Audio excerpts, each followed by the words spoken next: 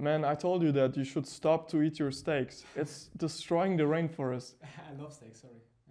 I won't, I will never stop eating steaks. You know, steaks are so important. Like animals, I give a shit about animals. Man. I mean, I'm sorry, but don't you have any empathy with those monkeys that are like dead? I don't give a fuck about your fucking monkeys. Like, and all the old trees that are cut down because of your fucking and steak. Your paper, you use paper, right? You use paper. I mean, everyone uses paper. This is not a problem. If we cut trees for your fucking paper, it's not a problem. But I cannot eat my steak. You think you're so important that you let other creatures suffer just that you have like 5 minutes of your steaks? I'm suffering if I cannot eat my steaks. Come on, man. Yeah, you're best brainwashed. Invention. It's good. It's good. I think it's good. I think it's good. Man, you make me so sad. If I see that, it breaks my heart. Yeah, I think it could work. Was pretty good. It could work. To catch people. It could work. Yeah, I think. Marino, I know you as a change maker. I know you as one of my friends who's most dedicated to protect the environment, especially the oceans. And you even look like Aquaman. I wanted to ask you, how did this start for you? How did this awareness come for you that there's this ocean that's so important for us and that you wanted to start or contribute to protect it? Mm-hmm. Yeah, first of all, for me it's like a super nice moment now because we are like together. We just improvised the studio and we met like for 1 hour and now we are making this content. It's amazing and super nice. So also like thank you for your time and for everything. I think the project with the ocean started now like 3 years ago, kind of. I just jumped with my family in a van and we start to cross like the whole country in Spain. I'm from Spain originally. That's also why maybe you hear maybe sometimes a bit of Spanish accent maybe in this English. And yeah, at the end it's that we want to see a bit what's happening in the oceans in Spain firstly and try to document about it, talk about it, make little events and try to connect with the people there. And that's also like the passion I discovered there, like hearing the stories of the people and seeing what's happening in the oceans and what's happening there. Maybe this is also giving me this power of Aquaman and gives me like also a bit the... Yeah, you definitely have his vibe. And also I can really feel this energy that you can connect to people. And yeah, I can totally see you jumping out of your van and doing interviews with local fishermen. And in this journey and in our other conversations, we also talked about that it's very important how we can portray this message that it actually feels amazing to protect our planet and it's also really necessary to people, and that it's not simply enough to just state this message or write a text about it, because we're humans. We like to have nice content, we like to see nice faces, and we like to have a nice experience when we learn something. And how do you think, what role can education play? Because I know that you're working yourself on workshops and we're having a project with a Changemaker workshop. Like, what's the role of education and in what kind of formats do you think people can be most motivated and captured to join this cause and this mission? Yeah, I think it's a very important question also. Going around like when talking with all these people, this is one of the solutions that everybody kind of thinks like, yeah, we have to work on education, but what's the meaning of that? And for me, I associate it a lot with like playing. I think we have to play and that's the way to educate. I studied like theater, 3 years. I did my bachelor in theater, in physical theater. And there I saw a bit this playfulness, like going into characters and try things out. It's like a super safe way to do that maybe. And I think with education we can kind of introduce also these tools to try to use this playfulness, this theater maybe also, and try to connect it with all this knowledge we are trying to develop and trying to find also out with these projects. I mean, like for me it's the ocean, maybe for you also like this Changemaker workshops, also the other workshops you're doing and trying to develop. I think it's that, like with the knowledge we have, try to implement it in some way with this playfulness, maybe also digital, I don't know, trying to develop maybe some digital way to play and to create also a bridge to some other ways, more like physical, and try to create there a connection and try to adapt it also in the space and time we have today.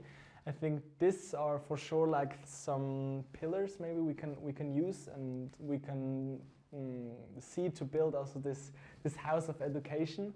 Like, first of all, I love this approach of yours that we need to adapt kind of the way how we portray the message of sustainability and everything that's connected to it to the modern lifestyle, and that like maybe it was something that the changemaker generations from the past, they were not able to reach the young people anymore, because like nobody wants to read like complicated science books or huge reports from the IPCC, but we want to have it in a way that we can really connect it to our lives. And so I love this playfulness, and I can really also, we talked about this gamification of this, and it could be, I think it has huge potential.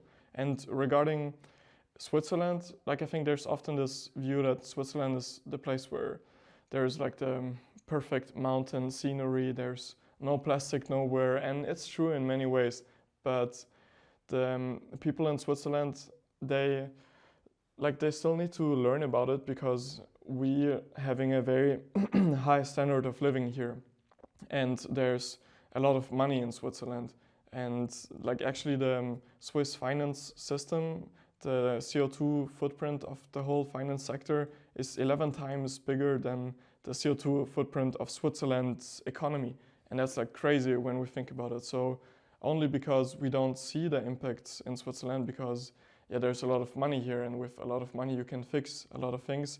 It still means that the lifestyle that we have, even though we don't have any bad intentions, but still we create problems somewhere else. And so I think it's very important to bring this awareness, because yeah, Switzerland has a lot of money, and also there are many young people in Switzerland that will grow and get into positions of power.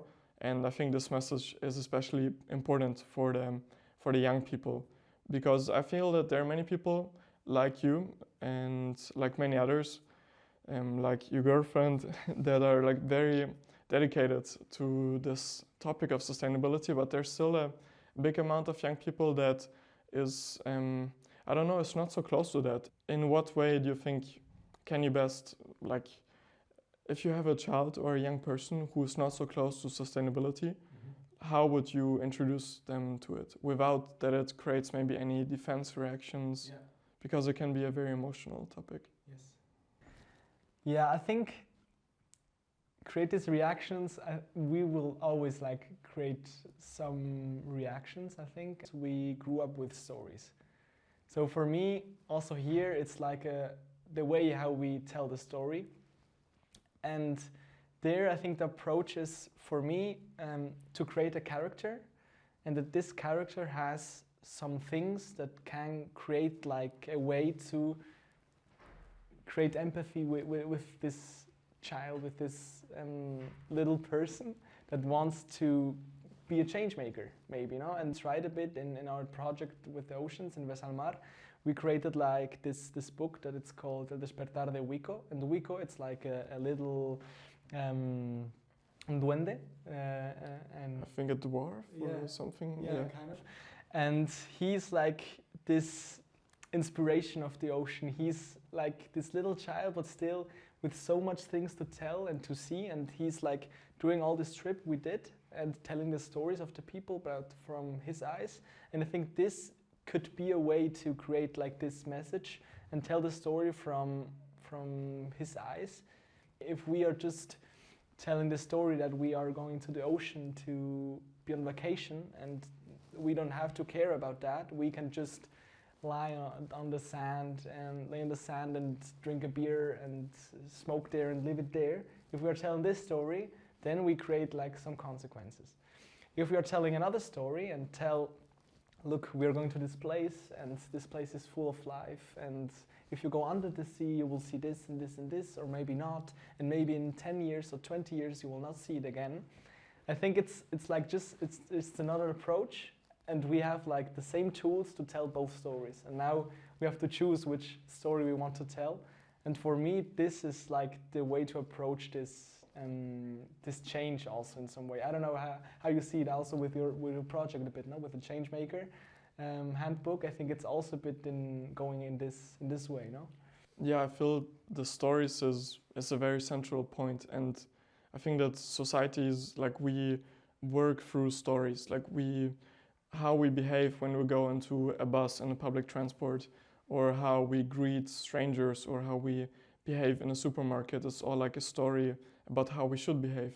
So basically, stories help us to orient in life and in the world, because otherwise we wouldn't know how to behave, like if we should take clothes in the morning when we leave the house or not. And those stories, they make life much simpler, and they can be very strong, but also sometimes hard to change. But I think that's also if we want to create a long term, like really thinking long term about the movement of protecting the earth and nature, then I think the only way how we can really have a change in society, and then also in the whole economic and political system, is if the stories change. Because as you said, like, everything we learn is through stories. And yeah, I'm also asking myself, how can you create this perfect story, like the story that captures everyone, that is like a new religion, but not ideological, but based on science and still emotional and able to capture people. And I think it will follow me my whole life, this question. And I feel it's great to have this kind of character that you talked about, this little dwarf. I read the book and it's really beautiful, and there's like this green little dwarf that's like jumping around on the seaside and talking to people and learning how important it is to protect the ocean.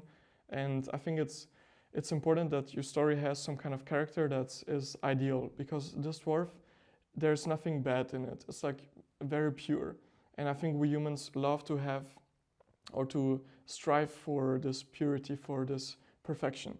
And so I think a story must include some kind of character that is still a bit approachable, or like that triggers empathy, like the dwarf did, but that's also in a way ideal, and showing us how beautiful it would be if we would have this purity, and if we would behave aligned with our values and with the values of this planet and with the needs of it.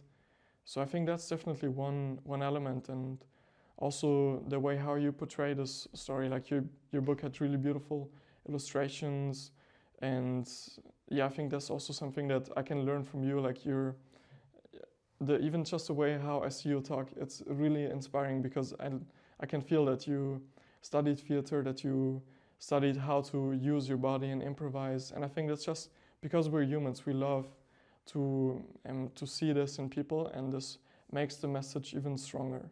Yeah. And I think it's also a super nice tool, like for everyone who's trying to talk about sustainability. I think it's super interesting to go also in this kind of topics of storytelling, of how to use your body in theater. I think there I discovered like a lot of tools that can help to spread more a message and to help to tell the stories. And I think sometimes in sustainability we have this problem. We have a very important topic we have to tell about, but we don't know how we should like tell the story. Yeah. And we don't know how to tell stories. And also, it happens also for me, I see it a bit in the scientific world a bit. Definitely. Like there's a lot of research, a lot of important things to tell, but they never learned to tell stories. How should we approach that? I mean, like, if you're searching for the change, but we don't know how to tell it, there's like this gap, no? I don't know what you think. Definitely, I think sustainability is based on science, and it's like the facts of how the world works, how life works, which is behind it. But I think the common image of a scientist, like a man or woman that we have in society, is like this person that is like very introverted, working in their lab and not knowing really how to talk to people. And I feel there are many scientists who mastered or who are improving on this, but there are also still many who have such a powerful knowledge, but this knowledge is only able to reach people if you pack it into stories. And I think, like, I see a bit a movement that, for example, this Organization of Scientists for Climate Change, the IPCC, there started to transform their like huge reports of several hundred pages also into kind of a comic style thing, and that's really amazing. And I think we really need more of that.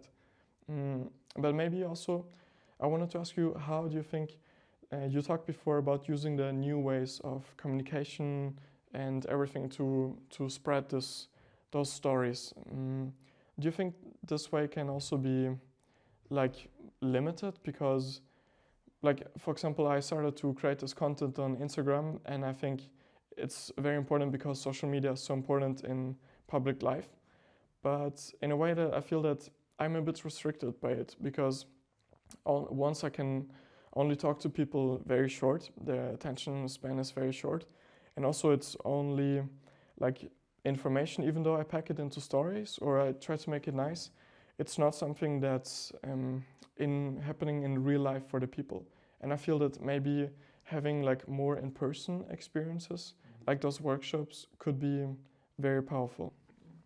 Yeah, I think too, like this body-body connection also, no? Like seeing us in person. I think there we can spread the message very well, and it arrives also well.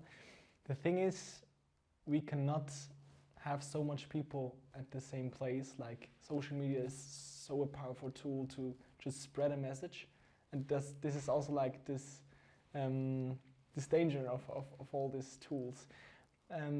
And I also saw a bit like in the projects we are also on TikTok, and we were posting on TikTok like little parts of this interviews that we did. And we tried to analyze also where or which are the videos that the people are viewing the most. And there was a video, like it arrived to, I don't know, 3 million, I think, something like that. Do you remember? El de los delfines. Sí. Like 3 million views on TikTok. It's crazy, but the video itself was not talking about something that was really something to change. Like it was talking about dolphins take drugs, like with the fish that blows up. So you know, like they turn it, and they also do violation, and they are like super bad animals.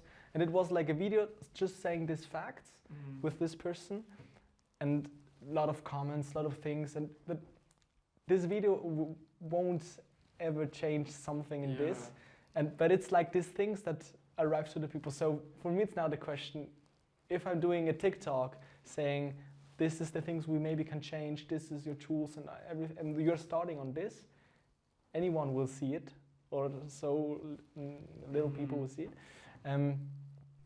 I totally feel what you say. Like I saw like videos of cats or people drinking beer, and then it has like millions of views, and there's some things that I'm trying to talk about, like planetary boundaries, and I'm like, that's the most important topic. And then it says like much less views, and then I also saw like, if you make your videos shorter and if you reduce your message to some words, then you reach many people. But then I feel that, I don't know, I lose it, because I think if I'm only having there some words, it could just be a nice quote, and you'd be like, oh, that sounds nice, and beautiful forest in the background, and I like it. But I ask myself, like, how much is it actually like changing people's mindset? But on the other side, imagine if like 50% of the content on Instagram would be like this, then we would, like, I think it's always the majority of how our environment is. It's really impacting the way how we develop and our mindsets. But since it's only so little content on Instagram, I don't know, because I doubt that at some point 50% of the content creators will be like doing ecological content. So I'm not sure what's the real impact behind that. Yeah, and also, I don't know, if there was like something to do it. I mean, like if now something really bad happens, and then the big content creators would just talk about that, then maybe we will make it. But I think it's happening so much, and it's the things that are happening now are also like devastating in some points, but they don't talk about it. So how can we like turn this message and also make the things that we know that are important also important? And for me there, we have to just take the attention of the people. I think there are so much tools like in marketing, in video making, in all this stuff. How can we just take the disciplines and try to create the content that it's like, I'm seeing it now. I don't know what I just saw, but I want to see more. Yeah. And then you go into that, and then you start like to take like this important content, like this value content that we want to transmit. But I think we have to use all these other tools of video making, of attracting attention psychologically, using all these things. And I think that is like also a big study behind. We have to study it, like go into other disciplines, go into art, go into theater, and use all these things to create something that we can sell as a message that we want to make arrive in some way. So I think for me the solution now is trying to search like more tools, because I think just with knowledge or just with the things I know I want to tell, it's not enough to make it arrive to the people. And also with stories sometimes I think I can tell a super nice story, but if I don't have the place where I can tell the story or the way and how the story is framed, it won't arrive. Yeah, I think we really have to just adapt to reality, like how it is, and that everyone has their dopamine system, and we like to watch stuff that gives us dopamine. And yeah, if there's like competition of videos where there's a cut in every 0.5 seconds, then you need to adapt to that. Like otherwise, yeah, you need to be realistic. And it's also, I think, a lot of work behind. Like I'm thinking sometimes if you want to do one video that is like that, it's like wow, the work that it's behind, and then it's consumed in 10 seconds and it's over. Hopefully not. No, hopefully they go into and they try to see more about this message and all that, but maybe not. And maybe you're investing like all this time for 10 seconds and throwing it out. I don't know how you manage that with the effort that it is to bring this message to life. And yeah, I also like every time I do a video, I try to minimize the time, because I still want to do other things in life. But also then I realize, yeah, if I really want to do a good video, it takes some hours, and that's maybe also an illusion that people might have, that like as a content creator, so often it seems so easy. It's just people walking in the forest and then they talking, and then there's a video like just 10 seconds. No, but there's a lot of work behind it. But I liked what you said before, that maybe you can use something really catchy at the beginning to bring people in and to make them curious and bring them to a place where you have like more deeper long format content. And I think there's like this huge trend that we see, that people love to listen to like 4-hour podcasts of Joe Rogan or whoever. And I feel there's also this potential, like not everyone only wants to watch reels or something. And so I think maybe you can combine, like you have your podcast and then you have Instagram, and then you kind of catch the people there with some very nice video, and then you bring it to the podcast, and maybe in the podcast you talk about your retreats, and then you bring the people to the retreats, like trying to catch people, but then to give them something more in depth and something more meaningful, and where you can express yourself more fully. Mm-hmm. I had just a crazy idea. Should we just like do a discussion, like we are super angry with each other, and maybe this could be after like this thing that we put like at the beginning, like for catching the tension from I don't know, if you want to try it, like try it like a game, like just I don't know, the topic, maybe we can talk about something related to nature, and I want to destroy nature maybe, and you want to save it, and I say like 2 little things, and then we start fighting or something like that, and then we have like this content for.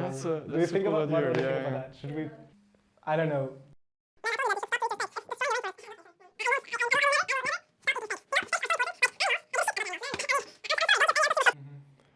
that's what I like at the beginning. That's what so many of my friends who were like a bit more into work on social media, they told me like you have to have a hook at the beginning. And at the beginning I was like, no, but what I talk about is interesting. People will just listen, but no, they're right. Yeah. But after they will listen, hopefully you're not hating us now, and maybe you're loving also this content. Huh? But maybe on a more personal question, like, how do you feel towards people that, like, maybe if you would have been in my position and you talk to somebody who's like crazy defending their steak consumption and really not seeming to see like the impact that their behavior has on other beings on this planet and on other humans, other generations, like, do you sometimes get mad, or how do you deal with that? Because in the end, maybe I also feel that you're a very empathic person, that you see that people are a bit the product of their environment, but I feel it can, like for me, it can trigger sometimes emotions. Mm-hmm. It's a super nice question, because I'm also thinking about that a lot. Because I try to give the space for everyone to feel how they feel. Like, if you want to eat your steak, then eat your steak. For me, it's just like sometimes a bit the question, if you are doing that, asking also yourself what's behind.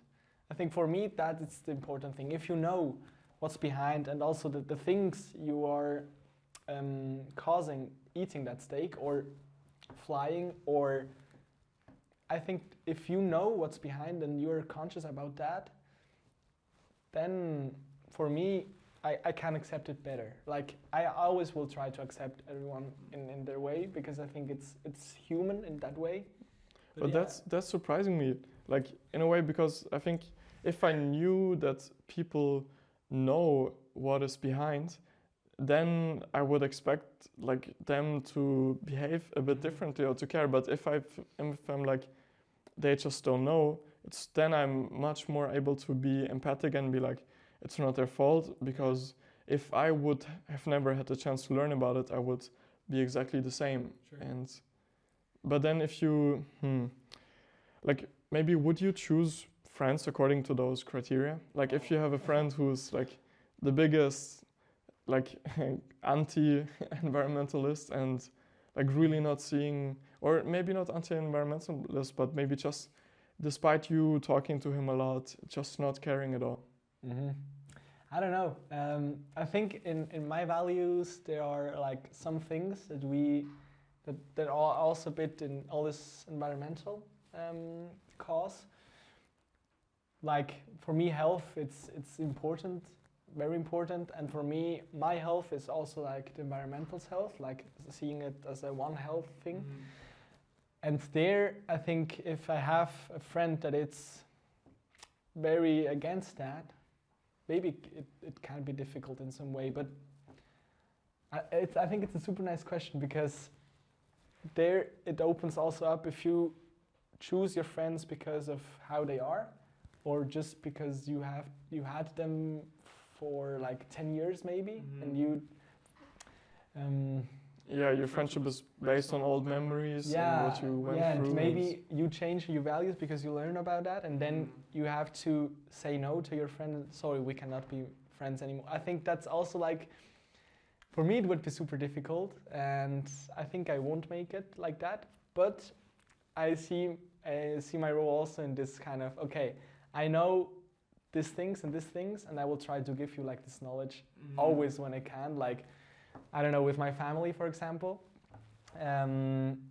we were in the car, and then we were talking about the dinner of the Christmas dinner, and then they said, yeah, we should have this gambas. You know, like shrimps. Yeah. And how they are fished and everything, it's really not good. And also having all them for just like this dinner, like this consumption of that, just because it's like tradition to have them on the plate. For me, it was not good, and I just said it to my family, and I said, I think we should not do that, and maybe we can do a salad maybe, or something different. I mean, there's also very delicious plant-based things. Yeah. Yeah, but I think they're talking to my family and trying to say it in a kind of normal way also, just saying how I'm feeling now and not just pumping against them or fighting against them, but just try to argue and say how I feel in this moment. This helped at the end that we were not eating these things at the dinner at the end. So I think sometimes in these causes we have, also with veganism, also with all these things, we are so much fighting sometimes because we feel it's so true that we fight with that. And for me, I think we should not fight. We should just try to talk like super calmly about that, not like before, but just like argue with your thoughts, with your things. Try to put your emotions on that. Try to say how you yourself are feeling with that, or maybe give the facts that they need. And maybe with that we can create like this change. I saw it a bit like in my circle with my family, with my friends, arguing like that, and not like fighting or saying, if you're still eating meat, I won't be your friend anymore. And yeah, people also tell me that they change because of how I am doing my things, and they get inspired about that. So I think it's a bit both things, like talking with this empathy, with this way of helping the people and giving them facts, and also being the example yourself and try to do that thing so they can see, okay, it's normal, it's good. I mean, you can be plant-based and it's good and you won't die, and you can actually build muscles and stuff. I think it works. Yeah. So also, I think for me there are these two ways of like being a role model and still being approachable to the friends. Yeah. Yes. I think it's definitely like, if we think in terms of psychology, like how we humans actually change, it's always like, it's never through this kind of confrontational style. Like, it's because it's just hurting people and you feel attacked and then you get defensive. Yeah, I think it's sometimes really hard, especially for people who know a lot and who care a lot. But I think it's also a bit our responsibility to be able to have control of those strong emotions. And I ask myself too, like, what if this strong reaction that I sometimes have if I am with people who seem to know but not care, like, is this coming from like some place of my ego because I think that they should listen to me, or because I think that everything I'm doing is right, or what if this is truly in line with my mission? And because I think in the end, if we take it seriously to be a change maker and to like bring out this message, then we need to do it in the most effective way. And then we cannot we shouldn't let our emotions get in between that. Like, that can still be a powerful tool if you show people how much you care, and maybe it touches them or it inspires them. Yeah. And I had also like many similar situations with family dinners and talking about what to eat, and Christmas especially. And yeah, it can be challenging also if you maybe even stay factual, but you still get some emotional reaction. Mm-hmm.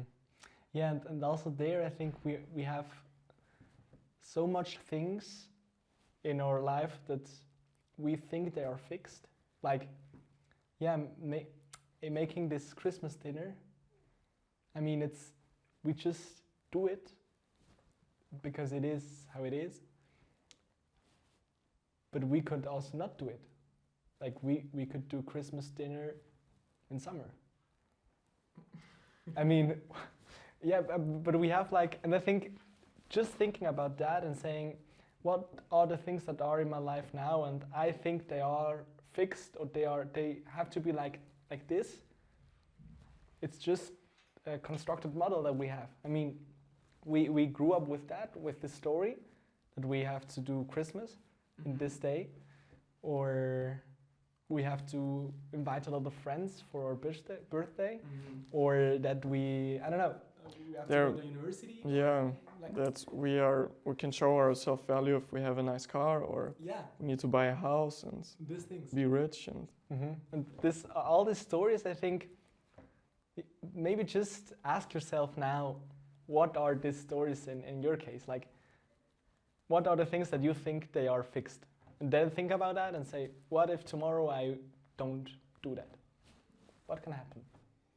I think that's a beautiful question, and maybe like to come slowly to an end, because we're recording in this University of Zurich, and we see that in some time there are some other students who need this room, and we constructed our whole studio here. Yeah. Like, I wondered if there could be one social norm that maybe something like you said that Christmas dinner needs to have certain ingredients, or that if you have a nice car, you're a nice person. Like, if there could be one social norm that you could completely change, like it can be, you can take one that you can change, or you can create a new one. Like, what could that be? I think, I don't know if we can take it as a social norm in some way, but I will change like the money system in some way, like how much we depend on money, and try to go back on this, I do something for you, you do something for me, like el trueque.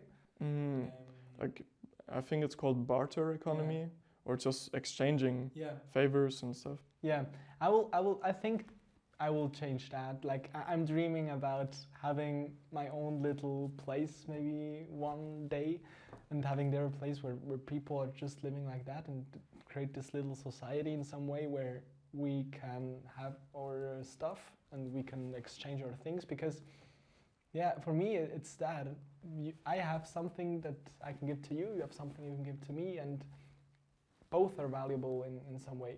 For sure, it's difficult to think about this model in the way we're living today. But if we look back, or if we go maybe to other cultures and other places in the world. It's so true. It's only in the last 200 years our lives completely changed, and it means they can also change again.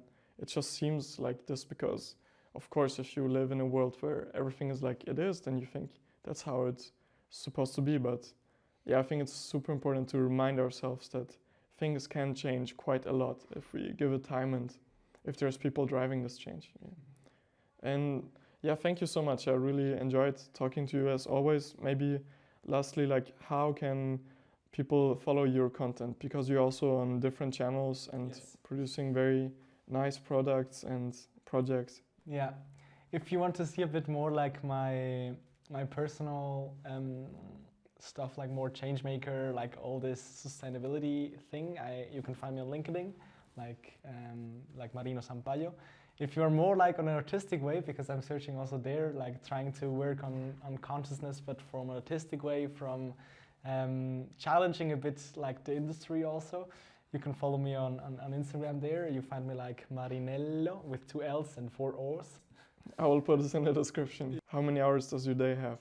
Yeah. In fact, my day has 24 hours and some seconds, because my day, I think I just say it now with my brother, because we were calculating, the day has not just 24 hours, but also some seconds, because we have like this one day more at the end, no? Because, and that's the way, you can say your day has not like just 24 hours, it's also some seconds more.